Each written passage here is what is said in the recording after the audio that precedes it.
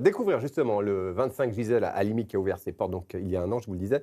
Plus de 10 000 femmes donc, ont poussé les portes de ce lieu unique en Auvergne, dédié aux femmes. Portrait de celles qui le font vivre et celles qui y passent. Aurélie Albert et Anne-Claire Huette. Bonjour. Il suffit simplement de pousser une porte, celle du numéro 25. Derrière, on prend le temps et on apprend. Si la fille, elle mouille pas, qu'est-ce que ça peut vouloir dire? Peut-être c'est qu'elle n'a pas l'envie. Donc on ne dit pas, on met du lubrifiant, puis comme ça ira mieux. C'est vraiment pour dire, peut-être que ça mérite de discuter, de savoir comment ça va. On écoute attentivement. Albina vient au planning familial depuis quelques semaines seulement.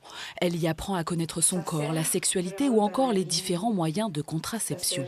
Les lieux comme ça, c'est important parce que tu peux venir parler avec des personnes qui ne vont pas te juger. Vraiment, tu te sens libre de t'exprimer, de poser des questions et ça reste confidentiel. On sensibilise. Les 4 conseillères conjugales et familiales sont justement là pour ça. Vous venez, vous dites bonjour, je prends des préservatifs, merci, au revoir. Vous n'avez pas besoin de faire un discours. Il faut toucher plus de jeunes, plus de monde et même toute la société. Mais le chemin est encore long. On se rend compte qu'en fait, il y a toujours des femmes qui ne savent pas à 40 ans, à 50 ans que leur sexe, ça s'appelle une vulve. Les ados, ils ont beaucoup plus accès à la pornographie aussi maintenant via Internet, au smartphone et tout. Et il y a toujours quand même besoin d'explications sur le corps, de comment est-ce que ça fonctionne. Et puis, ça passe aussi par là pour respecter aussi l'autre et pour éviter les violences après possibles dans les couples, dans les relations amoureuses. On soigne aussi et on soutient, surtout. Une trentaine d'avortements sont pratiqués par mois en moyenne. Plus de 7 500 personnes sont passées par le planning familial depuis décembre 2023 et chacun vient avec son histoire. Il y a toujours la demande explicite et la demande implicite. Parfois derrière une demande de test de grossesse ou d'un renseignement sur les modes de transmission où on vient chercher des préservatifs. Finalement, quand il y a une accroche, quand la confiance s'installe, eh bien finalement les personnes déposent des choses et notamment c'est là qu'on peut découvrir un passif de violence qui a été subi plus en amont ou alors dans l'actuel. Alors, on conseille selon les problématiques, d'une association à une autre, d'un étage à un autre, ou même avec le bureau d'à côté.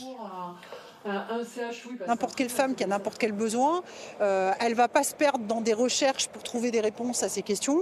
Elle vient, elle pousse la porte ou elle nous appelle et c'est nous qui faisons le travail d'orientation et d'analyse du besoin en disant voilà, en fonction de votre besoin, nous on pense que la bonne porte d'entrée c'est celle-là. Donc on est des facilitateurs en fait dans le début de la démarche des femmes. On accompagne jour après jour. Marine, elle, a poussé la porte du 25 il y a 1 an et demi. C'est vrai que pour moi, c'était difficile de trouver des gens qui avaient vécu la même chose que moi. On sait qu'on va être accueillis quelle que soit notre histoire. Ça m'a beaucoup aidée et ça m'aide encore.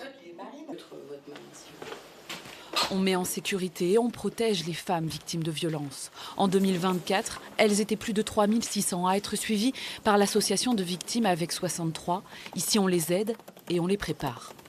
L'idée, c'est vraiment d'éviter les départs en urgence qui ne sont pas toujours adaptés. On va avoir recours à une structure d'hébergement d'urgence, par exemple, avec des conditions d'accueil qui ne sont pas toujours idéales.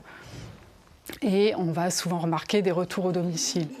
Le 25 Gisèle Halimi n'est pas une maison, mais bien un refuge pour toutes celles qui ont besoin d'être entendues.